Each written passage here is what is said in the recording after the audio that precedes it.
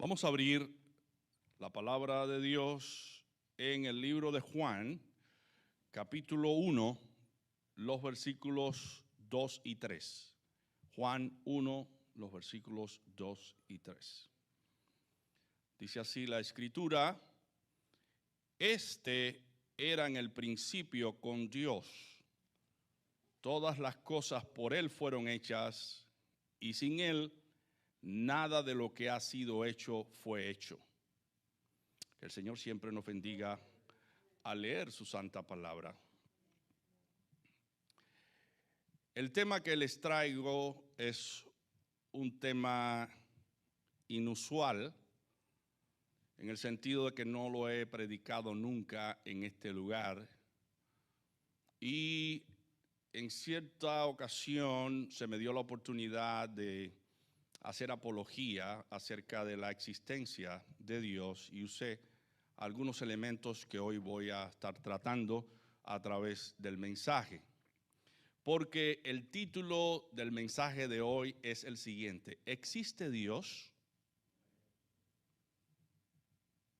¿Existe Dios? Bueno, dice la Escritura, hablando acerca de Cristo, en el versículo 2, hablando de Cristo, era en el principio con Dios.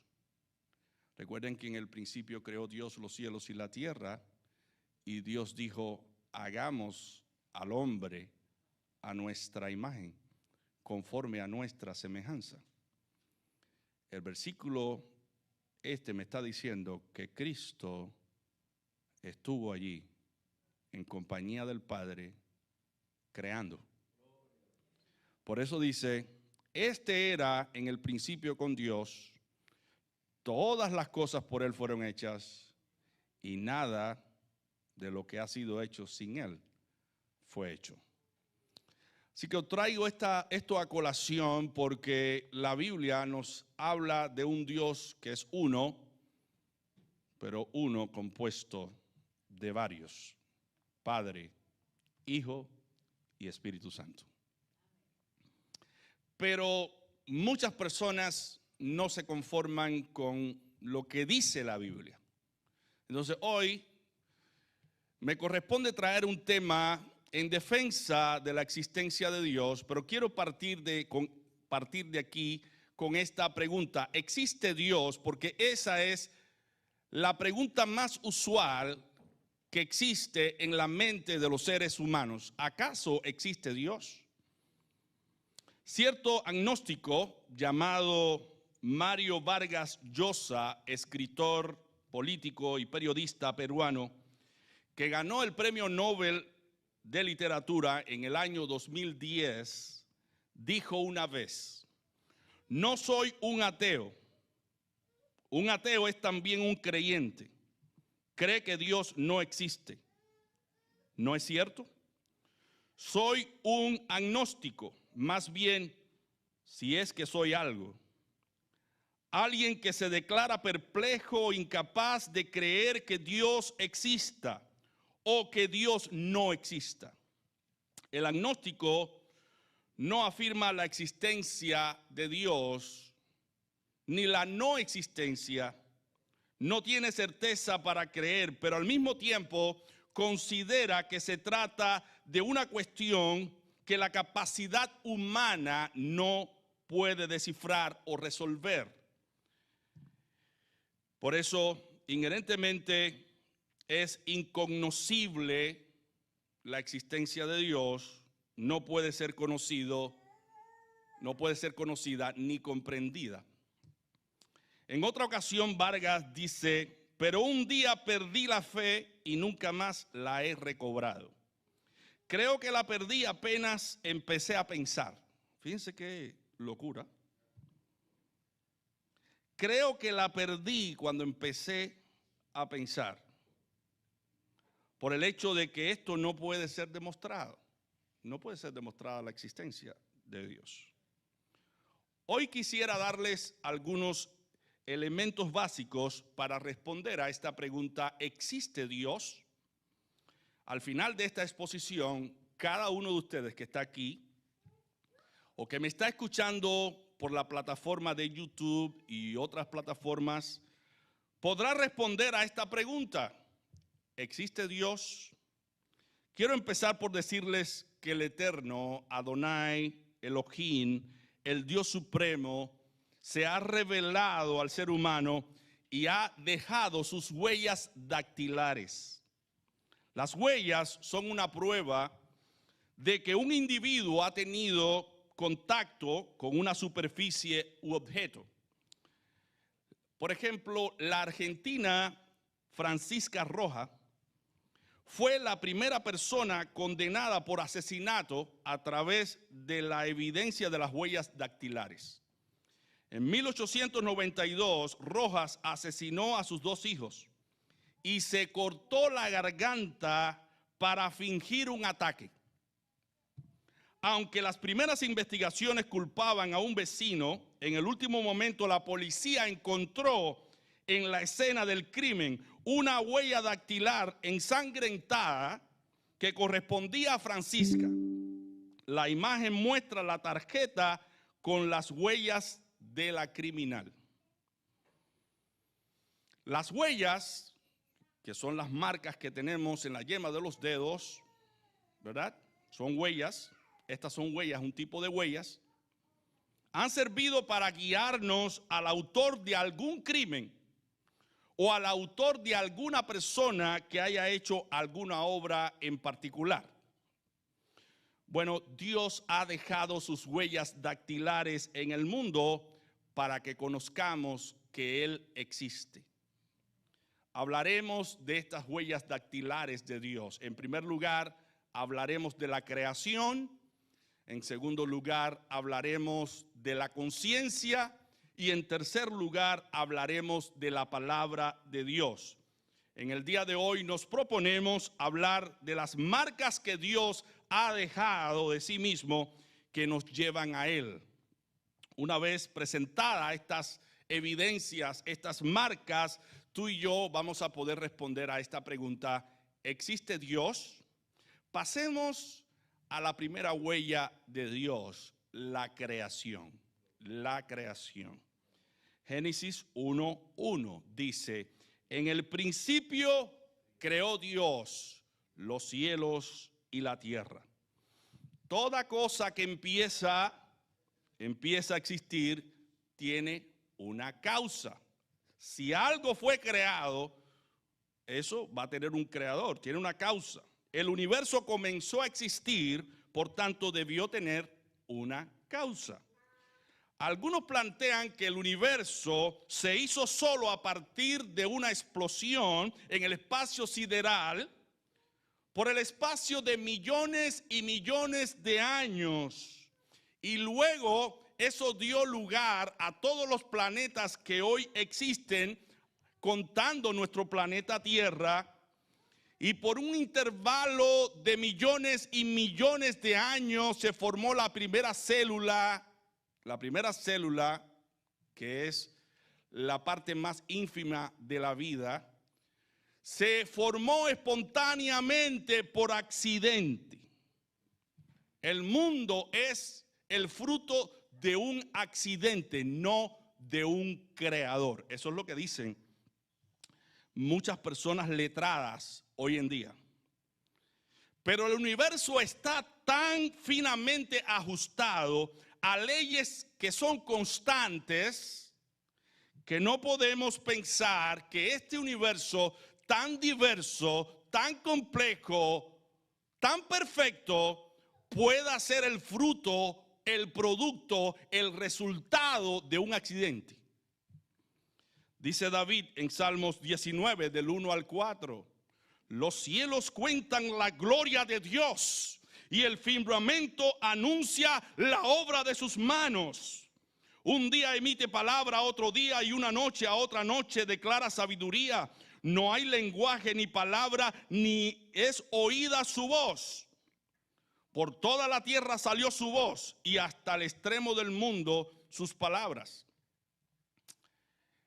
El silencio de lo creado nos habla y nos dice que Dios existe. Hay tanto orden, tanta perfección en el universo para llegar a creer que este fue creado por accidente. Al ver el universo por un sentido lógico, de sentido común, tenemos que llegar a la conclusión que fue creado por la voluntad de alguien intencionalmente. El planeta Tierra, por ejemplo, tiene todas las condiciones para que la vida pueda existir y pueda ser conservada, el planeta en que nosotros estamos viviendo. La existencia del agua en estado líquido para beberla. La distancia entre la tierra y el sol para que el sol sustente la vida y nos comunique los minerales, lo químico que necesitamos para la vida. Y también está a una distancia exacta de la tierra y el cielo para que no nos quemen. Los elementos químicos que posee la tierra, de la cual nosotros estamos formados, todos los elementos químicos que podemos encontrar en una planta, todos los elementos químicos que podemos encontrar en el polvo de la tierra están en nuestro cuerpo humano, evidencia de que salimos de la tierra. El oxígeno y las plantas de las cuales nos alimentamos están puestas en la tierra para que tú y yo nos alimentemos de ellas. Nada de esto pudo haber sido provocado por un accidente, porque hay orden y hay perfección. Todo esto nos habla de la voluntad de alguien que creó las condiciones necesarias para que la vida existiera y pudiera luego mantenerse dentro de las leyes que él mismo ha creado para que todo se sostenga y no se destruya. La vida se da por una secuencia de orden. Las complejidades y las perfecciones que hay, por ejemplo, en una célula. Esto es algo tan glorioso, tan inmenso, tan perfecto, que no podemos pensar que fue obra casual, que se dio por la casualidad. Por ejemplo, la célula tiene una unidad anatómica fundamental, que es fundamental en todos los organismos vivos, generalmente microscópica, formada por una citoplasma, uno o más núcleos y una membrana que la rodea. Mi hermano, esto no pudo hacerse de manera casual, por accidente. Por eso, en primer lugar, yo quisiera hablarle acerca del concepto de orden. Porque vemos que hay orden en la creación, en el universo, que la creación no es producto de un desorden, porque el desorden no puede crear el orden, ¿verdad? El caos no puede crear el orden. Ahora, ¿qué es orden? Es la manera de estar colocadas las cosas o las personas en el espacio según un determinado criterio o una determinada norma. Por ejemplo, el orden de los días de la semana: lunes, martes, miércoles, jueves, viernes, sábado. Y vuelve a comenzar la semana: lunes, martes. Hay una secuencia de orden ahí, ¿verdad? Existen tres postulados para nosotros considerar el orden. Tiene que existir cosas que ordenar. Por ejemplo, las estrellas, el sol, la luna, las plantas, los peces, los animales según su especie. Todo eso yo tengo que colocarlo en un lugar. Y pasamos al segundo aspecto del orden. Tiene que haber cosas para ordenar, pero también tiene que haber una disposición de una voluntad que lo pone en un lugar específico, una disposición particular de las cosas. Para que me vayan entendiendo y puedan hacer simultáneamente una comparación, estas sillas que ustedes ven aquí están en orden, ¿verdad? En orden, una secuencia de orden. Para que exista orden, tiene que haber cosas que ordenar, tiene que haber sillas que ordenar, y después Esas sillas se van a ordenar conforme a la voluntad del que las puso. Bueno, eso es lo que estamos hablando aquí. Se establece un lugar en la creación, en el universo, un lugar para la luna, el sol, las estrellas, el cielo, un lugar para los peces, que es el agua, el lugar o espacio para las plantas, los animales y el hombre, que es la tierra, que posee todas las condiciones para la vida. Y en tercer lugar, si existe orden, tiene que existir un propósito, es decir, una razón de existir de lo que ordenamos. ¿Para qué lo ordenamos? ¿Para qué están estas sillas aquí? Para sentarnos, ¿verdad? Entonces tiene que haber una finalidad, un propósito, es decir, una razón de existir que dice para qué existe cada cosa. Eso es lo que vemos en la creación. Y fíjense, tomando datos de lo que dice la misma ciencia, de lo que es, de lo que es cada cosa de la creación, por ejemplo, la luna, dice la misma ciencia, afirma esto que le estoy explicando, que la luna ejerce una fuerte influencia sobre el medio ambiente de la Tierra, causando las mareas que afectan las corrientes marinas y estabilizando el eje de rotación terrestre, algo esencial para poder mantener el ciclo de las estaciones. La luna no existe por casualidad o por accidente, ella está cumpliendo un propósito. El sol es un poderoso centro de atención para la Tierra y otros planetas. Su luz da vida, da calor y mantiene el sistema solar. Las estrellas son motores de energía cósmica que producen calor, luz, rayos ultravioletas, rayos X y otras formas de radiación. Las plantas que hoy vemos cumplen una razón de existir, y esto es comprobado por la misma ciencia. Yo estoy tomando datos de la misma ciencia para corroborar lo que dice la palabra de Dios. Las plantas nos proporcionan alimentos, medicinas, madera, combustibles y fibras. Además, brindan cobijo o multitud de otros seres vivos, producen el oxígeno que respiramos, mantienen el suelo, regulan la humedad y contribuyen a la estabilidad del clima. Las plantas verdes pueblan toda la tierra.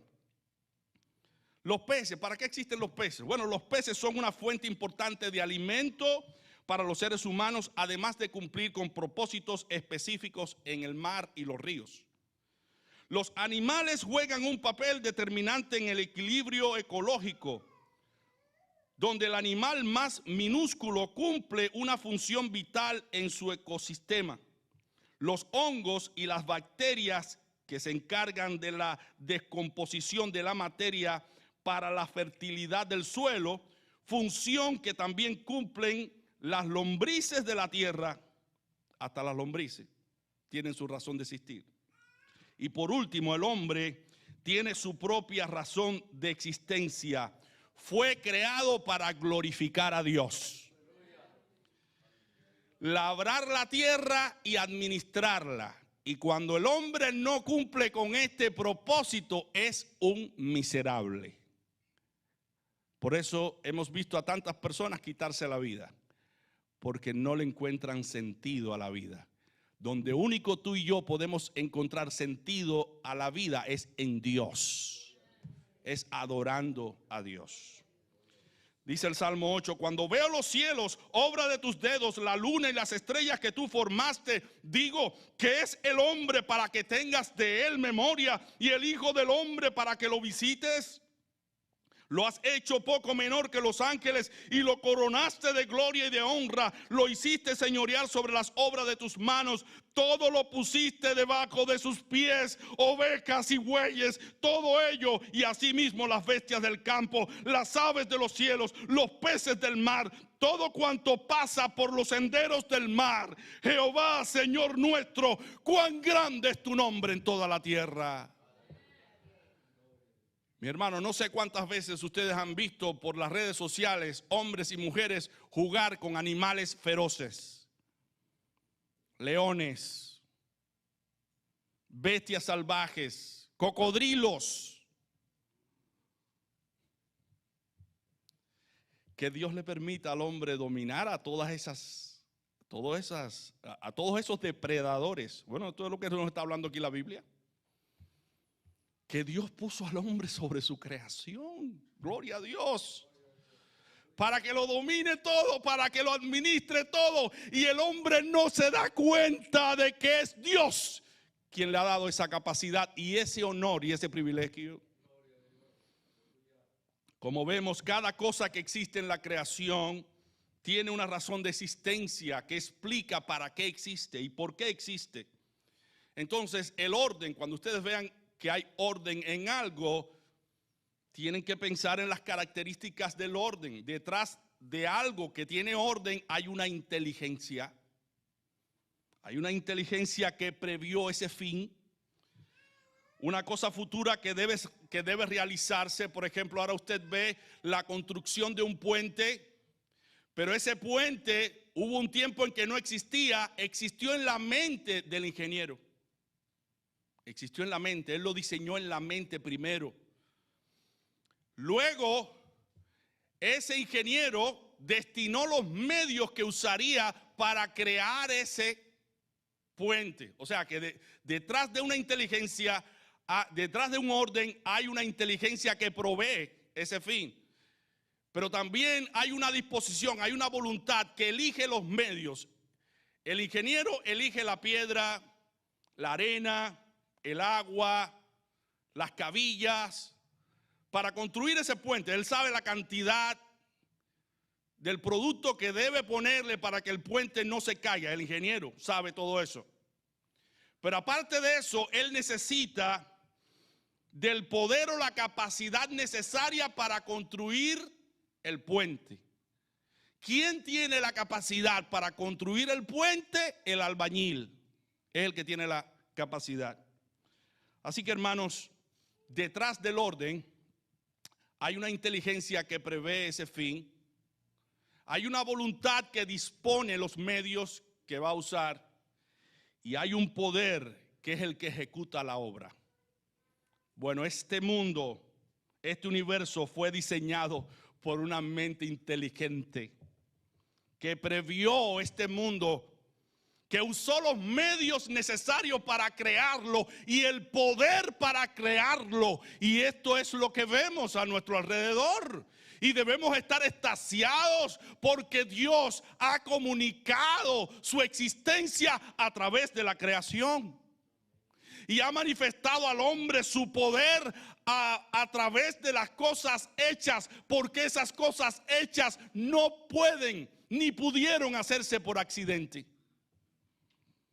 Isaías 40, 25 al 31 dice: ¿a qué pues me haréis semejante o me compararéis? Dice el Santo.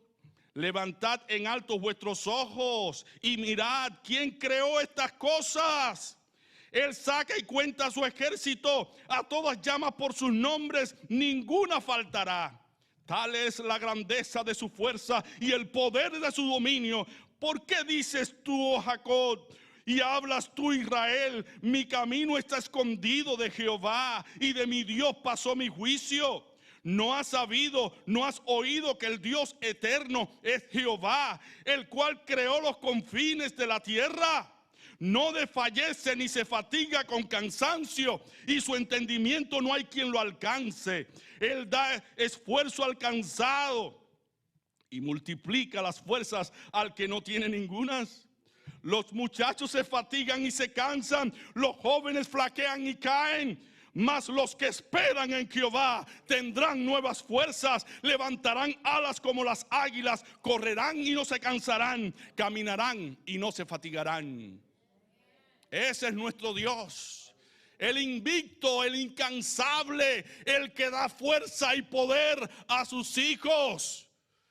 Y cuando hablo en estos términos, tengo que traer a colación a aquel niño pequeño, joven, inexperto, insignificante a los ojos humanos, que se enfrentó a aquel gran gigante. Tú vienes a mí armado, tú vienes a mí con lanza, con escudo, mas yo voy a ti en el nombre de Jehová de los ejércitos.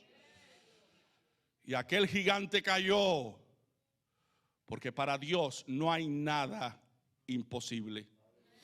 Todas las cosas son posibles para Dios. Mi hermano, este mundo es objeto de la inteligencia de Dios, de la capacidad de Dios, del poder de Dios.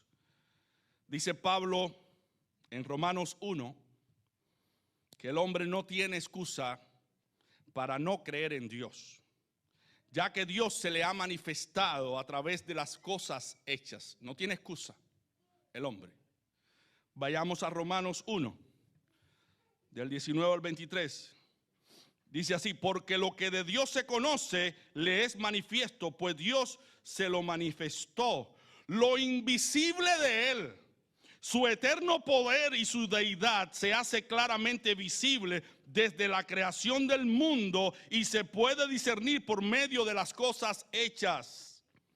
El hombre, por lógica, por deducción, puede llegar a la conclusión de que Dios existe por medio de las cosas hechas. Estas cosas no fueron o no existieron por accidente. Alguien las tuvo que hacer o crear, porque no hay orden y perfección que pueda ser creado por accidente.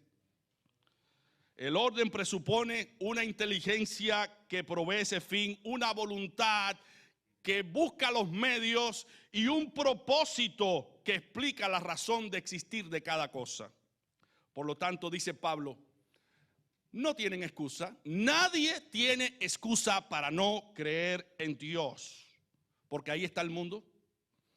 Pablo dice, no tienen excusa, ya que habiendo conocido a Dios por las cosas hechas, no lo glorificaron como a Dios ni le dieron gracias. Al contrario, se envanecieron en su razonamiento y su necio corazón fue entenebrecido.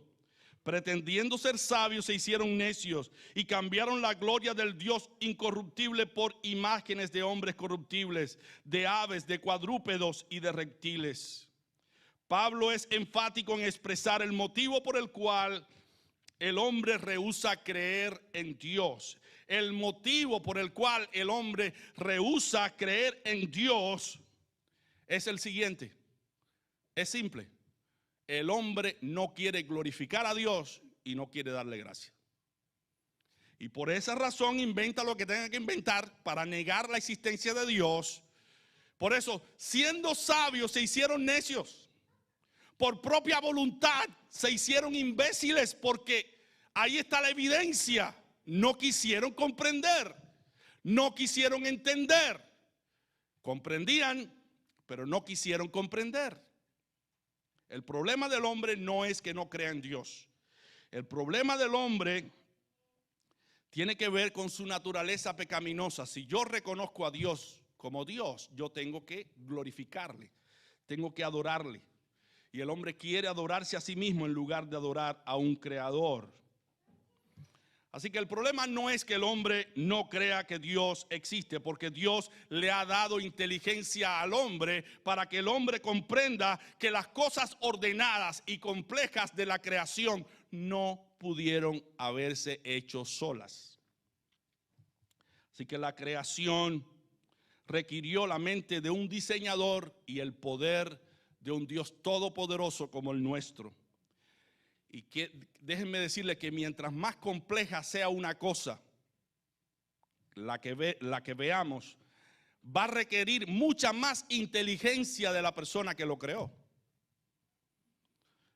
Mientras más complejas sean las cosas, más inteligentes tendrán que ser las personas que las crean. Por ejemplo, no es lo mismo construir una bicicleta que construir una computadora. La inteligencia con la que yo pudiera contar para construir una bicicleta es menor que la inteligencia que se requiere para crear una computadora con todos los programas que hay o que lleva una computadora. Resulta un absurdo, una locura que alguien nos diga, alguien, cualquiera de nosotros, que los dispositivos electrónicos que conocemos dentro de ellos, la computadora, como los teléfonos, se hicieron a partir de una explosión en el espacio sideral, en un intervalo de millones y millones de años, que fue uniendo cada partícula plástica y metálica hasta formar los celulares y los iPads y las computadoras que hoy conocemos. ¿Quién lo cree? Nadie. Y entonces, ¿por qué crees el absurdo de que este mundo fue formado de esa manera? Si tú comprendes por la lógica humana que una computadora no puede crearse por accidente, que tiene que ser una persona inteligente para hacerlo, por las evidencias, ¿por qué pones en duda la existencia de un creador que creó todas estas cosas que no pudieron haberse hechas solas? Esto nos lleva a otro nombre. Cuando tú analizas eso, que el hombre no quiere reconocer a Dios, eso se llama deshonestidad. Eso se llama mentira. Eso se llama engaño. Eso se llama injusticia contra la verdad. Eso es lo que la sociedad pretende enseñarnos en las escuelas. Esto es lo que la sociedad pretende poner en los lugares más eminentes en la sociedad para que todo el mundo crea en esa mentira y en ese engaño. Y eso, ante los ojos de Dios, es una injusticia. Como mismo las pinturas de Picasso, tú las atribuyas a otra persona que no sea Picasso. Eso es una injusticia. Atribuir a otra cosa distinta. En el caso de Dios, atribuirle a la creación que fue creado por un accidente y no atribuírselo al verdadero creador, eso es una injusticia. Por eso dice Pablo en Romanos 1:18, la ira de Dios se revela desde el cielo contra toda impiedad e injusticia de los hombres que detienen con injusticia la verdad. Es una injusticia, una impiedad contra la verdad decir que el mundo es producto de un accidente y no de un creador. El accidente también tiene algunas características. Vamos a considerar aquí el accidente, las características del accidente. Ya vimos las características del orden. Vamos a ver ahora las características del accidente. Primero, el accidente no es constante, ¿verdad? No es constante, no sucede por una sucesión de periodos. Esa es la característica. Nadie la espera, sucede. Segundo, no es predecible. Tú no puedes predecir cuándo va a suceder un accidente en el expressway. No puedes calcular cuándo alguien se va a caer de un piso o de sus propios pies. Tú no puedes predecir eso. No se puede calcular cuándo va a suceder. Eso es accidente. Tercero, no puede ser planificado. Si se planifica, ya no es accidente, ¿verdad? El universo no pudo haber sido hecho por un accidente, porque el universo es todo lo contrario. Es constante porque sus leyes son constantes. Gloria a Dios. Es predecible. Los hombres que estudian los medios ambientes pueden predecir cuándo va a llover, ¿verdad? Cuándo va a haber frío, cuándo va a haber calor, etcétera, por las leyes de la creación. También es producto de un plan. Un plan, el orden es producto de un plan. Cuando planificamos y ordenamos algo, esas cosas cumplen un propósito, una razón de existir. Dios ha dejado sus huellas dactilares, su propia creación, para que tú y yo entendamos que Él existe. Lo invisible de Él, su eterno poder y su deidad se hace claramente visible desde la creación del mundo y se puede discernir por medio de las cosas hechas, porque esas cosas hechas no tienen las características propias de lo que es un accidente. Mi hermano, hay una segunda huella que Dios también ha dejado aparte de la creación. Es la conciencia humana, la obligación moral. Vamos a ver las dos características de la conciencia. Primero, es algo imperativo y absoluto que nos impone el sentimiento de hacer el bien y de evitar el mal. Todo el mundo tiene eso. Todo el mundo tiene conciencia. Y la conciencia es una huella de Dios en el alma humana. Primero, es algo imperativo y absoluto que nos impone el sentimiento de hacer el bien y de evitar el mal. Y esta imposición se ejerce aún con la resistencia de nuestra propia voluntad, aunque no le quita al hombre la libertad de escoger. Pero una vez escogidos sentimos el reproche o la alabanza si obramos o no conforme a esa obligación. Quiero hablarles claramente. A todos nos ha pasado que sabemos lo que es lo bueno, pero decidimos por voluntad no hacer aquello bueno. ¿Verdad? Por ejemplo, en Cuba, que no se tiene transporte y que hay que viajar en ómnibus, para los mexicanos son camiones. Generalmente uno está ahí apretado con otra persona y entonces viene una mujer embarazada allí y hay hombres sentados. Ellos saben que deben levantarse y darle el asiento a la mujer embarazada. Eso es lo bueno, es lo correcto, pero se niegan a hacerlo, ¿verdad? Y cuando se niegan a hacerlo, la conciencia le dice: esto que tú estás haciendo no está correcto. Esto que tú estás haciendo no está correcto. La conciencia no es parte tuya, es parte de un ser que está fuera de ti, que responde a los intereses de otra persona, no de ti, porque tú elegiste hacer lo malo a pesar de que la conciencia te dijo que no lo hiciera. Bueno, todo el mundo tiene conciencia. En segundo, la conciencia y obligación moral manifiesta una dependencia de algo que no somos nosotros mismos, pues no nos podemos desligar de su atadura moral aun cuando obremos contra ella. Ese algo, ¿quién es? Es Dios. Ese algo es Dios. Y lo voy a poner con dos ejemplos. El primer ejemplo con Judas Iscariote. Judas, todos conocen que vendió a Cristo por ¿cuántas piezas de plata? Por 30 piezas de plata. Él entregó a Cristo por 30 piezas de plata. Sin embargo, la conciencia y la obligación moral lo llevó ¿a qué? A devolver. A devolver las monedas con las que vendió, o las que compró, o las que regaló, perdón, el cuerpo de Cristo por una insignificancia, 30 piezas de plata. Él lo entregó por esa cantidad. Sin embargo, la misma conciencia le dijo: oye, tú vendiste el cuerpo de una persona justa, de una persona que en toda su vida que tú lo has conocido te ha hecho bien. Y él por la conciencia fue y regresó y devolvió las monedas. Otro caso, el caso de Pedro. Pedro le dijo: aunque tenga que morir al Señor, no te negaré. Pero el Señor le dijo: tú me vas a negar.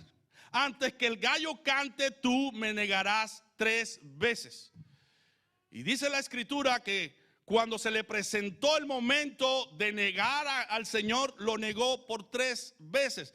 Y cuando lo negó la tercera vez, Cristo lo miró.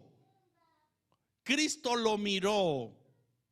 Óyame, Dios lo miró en ese momento. Y dice la Escritura que el gallo cantó y salió Pedro tan avergonzado, tan compungido, tan adolorido. ¿Y qué es lo que produjo en Pedro ese dolor intenso? La conciencia. La conciencia. Como ustedes pueden ver, la conciencia no es parte de nosotros, sino es algo de Dios en nosotros que responde a la ley de Dios. Que responde a la ley de Dios.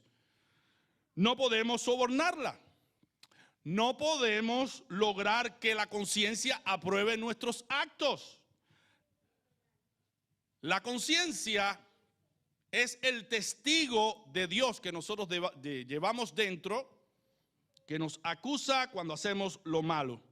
Metiste veneno en la bebida de tu enemigo y murió.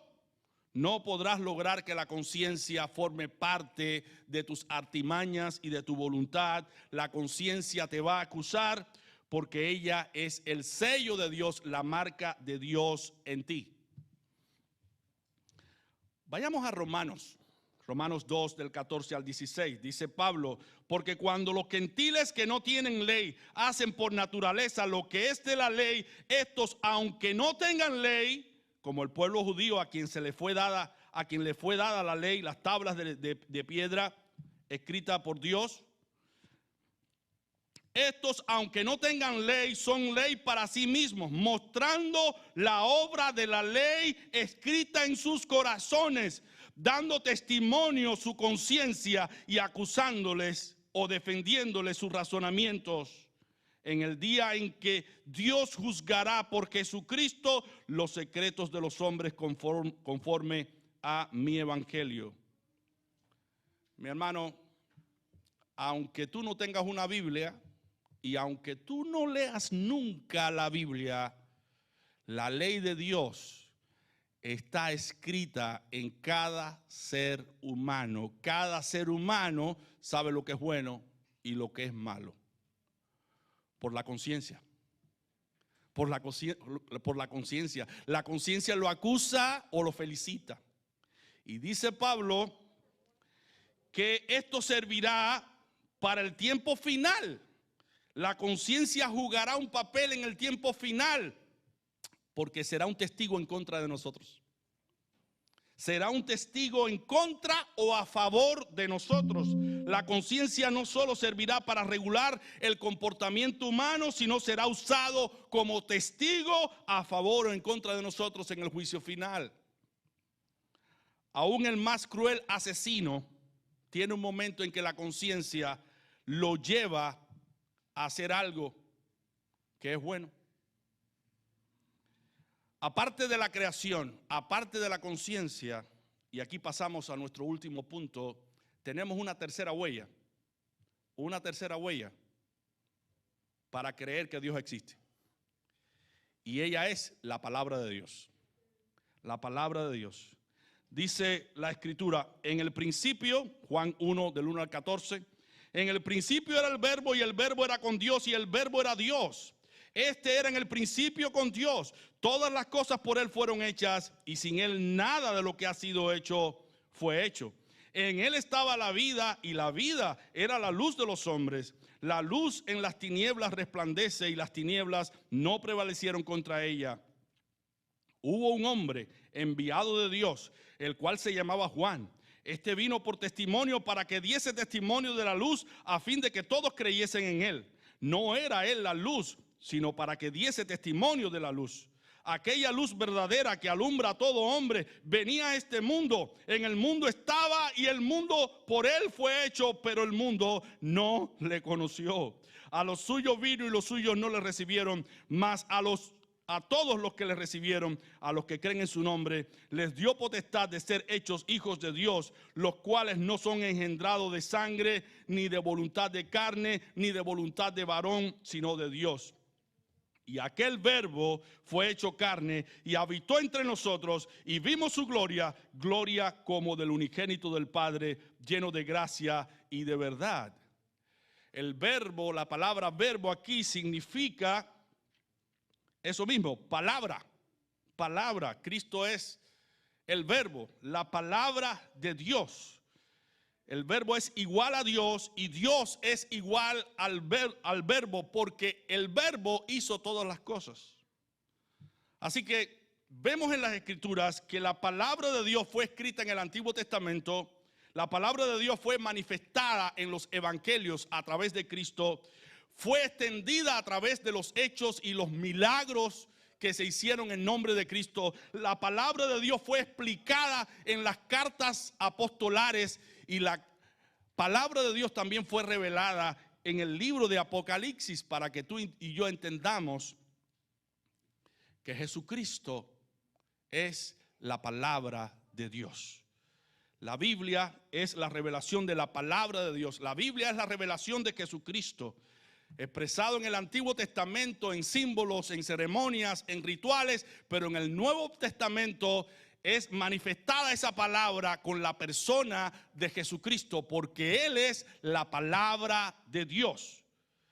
Dice Hebreos 1, del 1 al 4, Dios, habiendo hablado muchas veces y de muchas maneras en otro tiempo a los padres por los profetas, en estos postreros días nos ha hablado por el Hijo, a quien constituyó heredero de todo y por quien asimismo hizo el universo, el cual siendo el resplandor de su gloria y la imagen misma de su sustancia, y quien sustenta todas las cosas con la palabra de su poder, habiendo ejecutado la purificación de nuestros pecados por medio de sí mismo, se sentó a la diestra de la majestad en las alturas, hecho tanto superior a los ángeles, cuanto heredó más excelente nombre que ellos.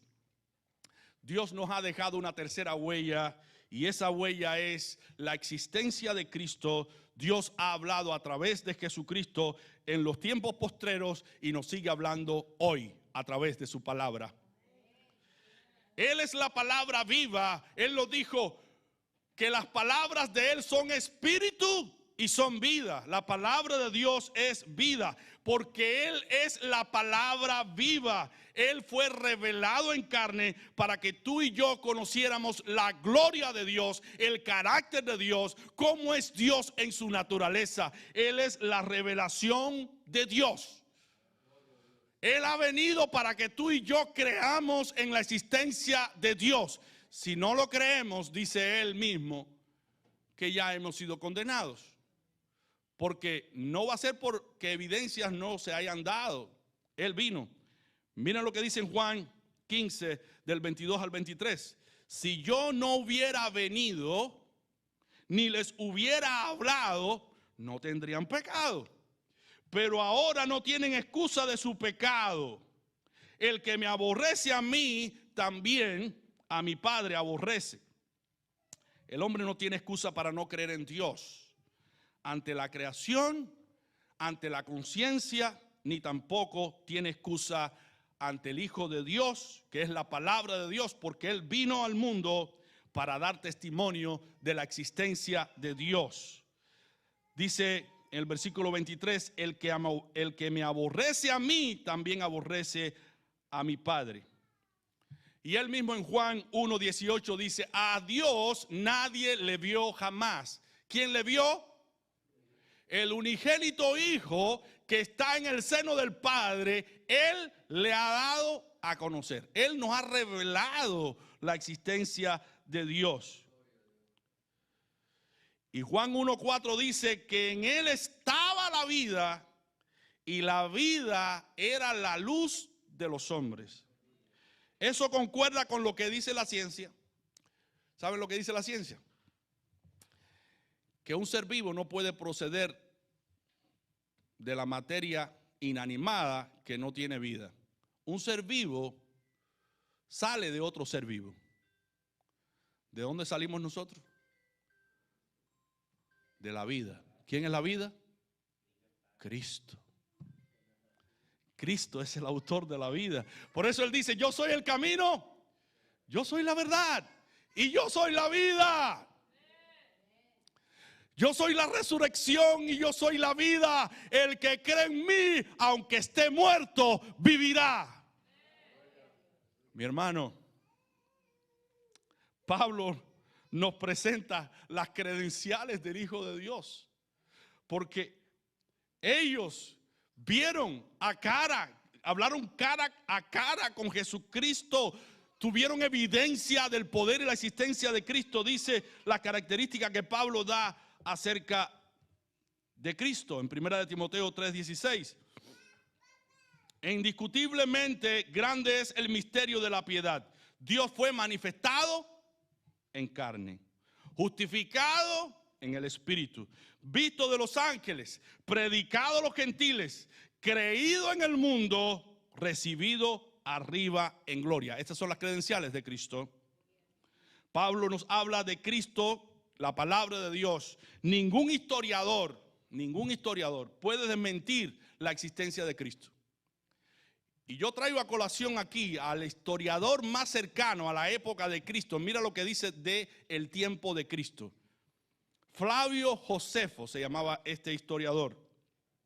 Nació en Jerusalén en el año 37 después de Cristo y muere en el año 100 o 101. Flavio Josefo es el más famoso historiador judío que más cercanamente vivió en el entorno en que Jesucristo nació, sin ser creyente ni devoto de la religión cristiana. En su libro Antigüedades Judaicas, él se refiere a Santiago como el hermano de Jesús, a quien llamaban el Cristo. Y también cita lo siguiente acerca de Jesús. Por ese tiempo, durante el gobierno de Poncio Pilato, del 18 al 36 después de Cristo, vivió Jesús, un hombre sabio, si es que realmente hay que considerarlo un hombre, porque él realizó hazañas sorprendentes y fue maestro de un pueblo que aceptó gozosamente la verdad. Atrajo a su casa a muchos judíos y griegos. Él era el Mesías. Cuando Pilato, después de haber oído que era acusado por los hombres de más elevada posición entre nosotros, lo condenó a morir crucificado. Los que anteponían el amor por él a todas las cosas no dejaron de amarlo. El tercer día se apareció a ellos resucitado, porque los profetas de Dios habían anunciado estas y otras incontables maravillas sobre él. Y la secta de los cristianos, llamados así, después de él, no ha desaparecido hasta hoy. Aquí está la evidencia.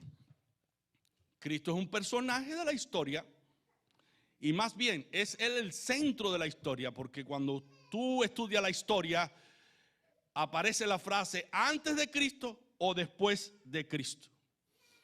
Pero lo más importante es que él existió entre nosotros para darnos vida y para darnos salvación. Y ahora tú estás aquí porque dice la Escritura en primera de Juan 2:2 que él es la propiciación por nuestros pecados. Y no solamente por los nuestros, sino también por los de todo el mundo. Dios lo entregó para salvarte a ti y para salvarme a mí. Y Dios ahora nos está hablando a través de su Hijo.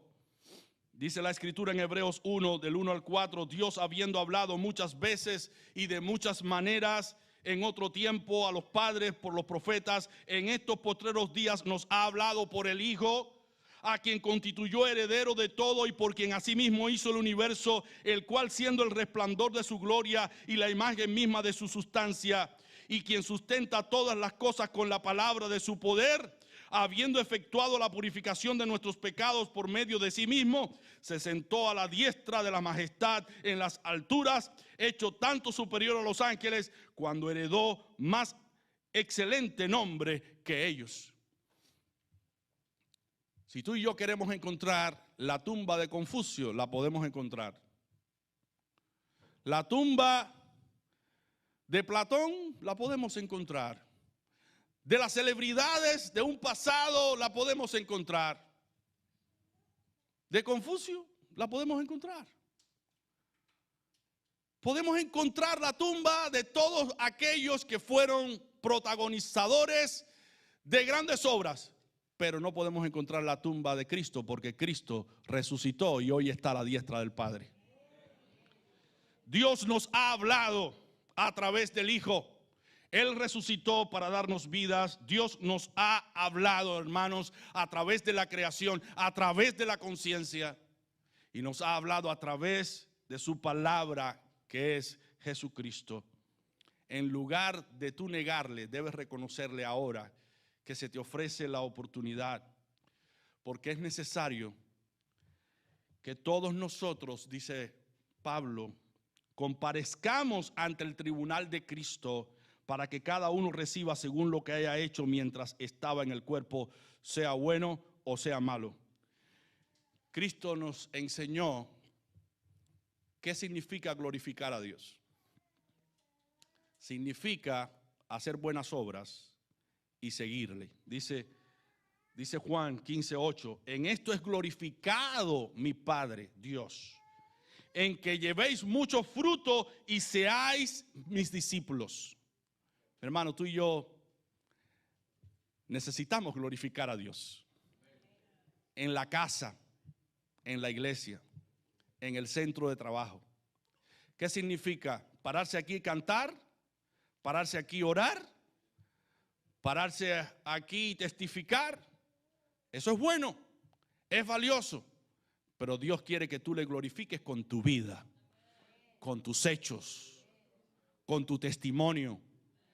Esto es llevar mucho fruto para Dios. ¿Le estamos dando fruto a Dios? Si no le estamos dando fruto a Dios, no le estamos glorificando como a Dios. Y no vamos a tener excusa en aquel día, porque Dios existe y nos creó para que le glorificáramos. Mi hermano, no seas como aquellos que habiendo visto la creación, el universo, con todas sus variedades, se negaron a glorificarle a Dios y luego Dios los entregó a sus propias concupiscencias. No quieren honrarme a mí, yo los voy a entregar a sus propios deseos. Tenemos la alta comisión.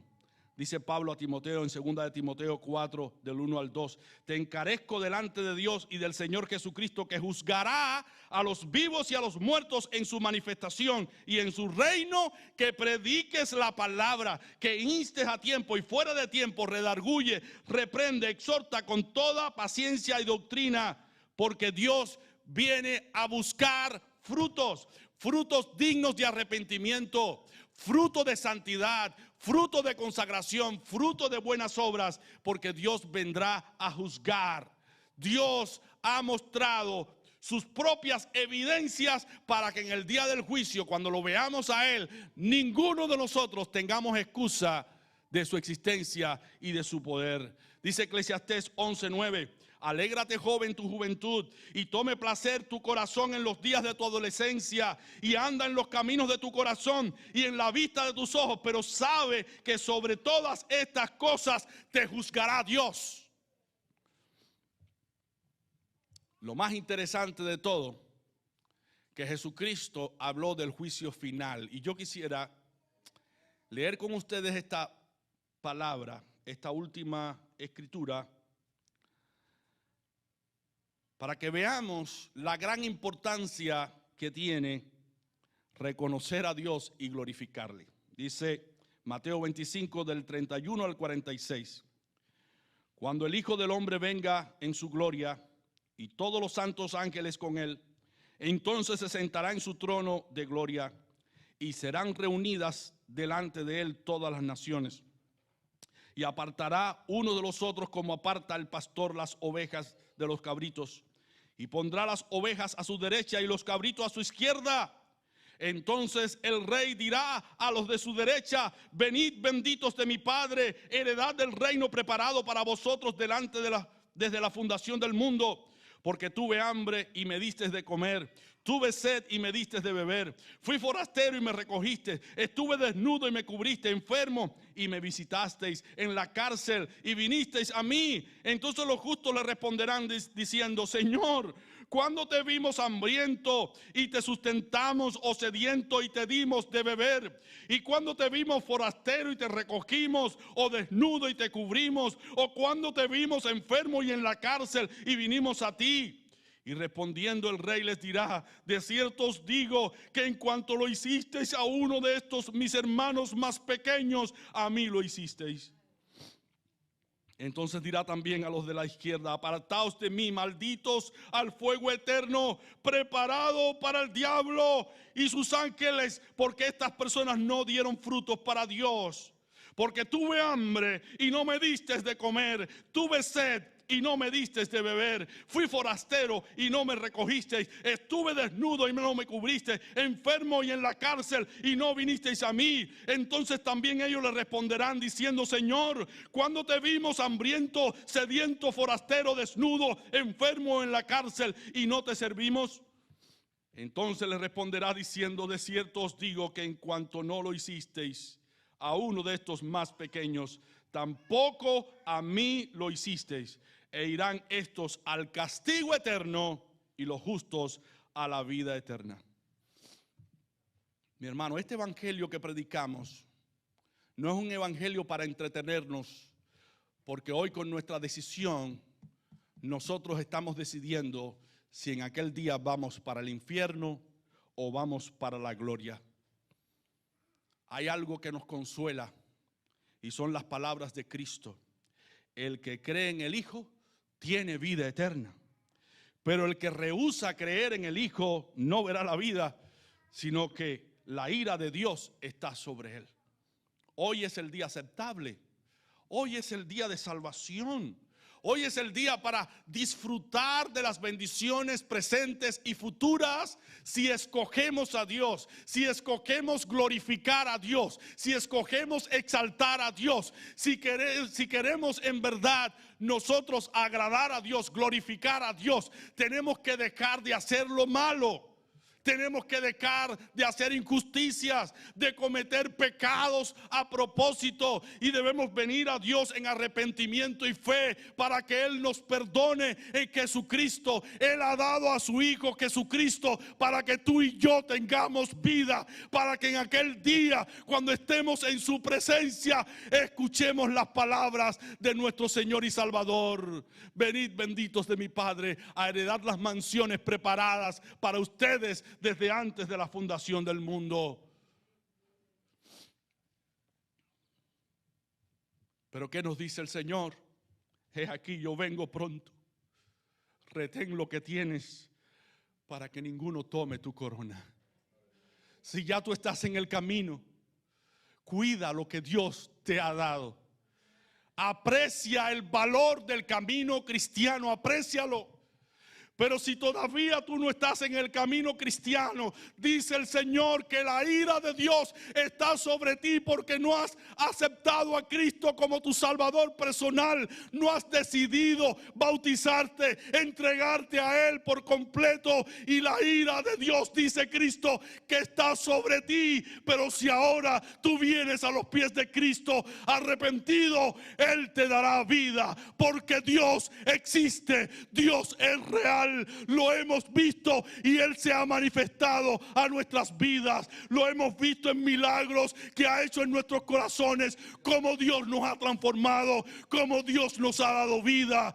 Pero si fuera poco esto, Dios se ha manifestado en tres formas que tú no puedes negarlo: a través de la creación, a través de tu propia conciencia y a través de Cristo, que es la palabra de Dios. Entonces concluimos: Dios existe, Dios es real, y en aquel día te darás cuenta que Dios existe cuando veas el rostro de Jesucristo parado frente a ti, buscando los frutos que Él espera. Que Dios te bendiga.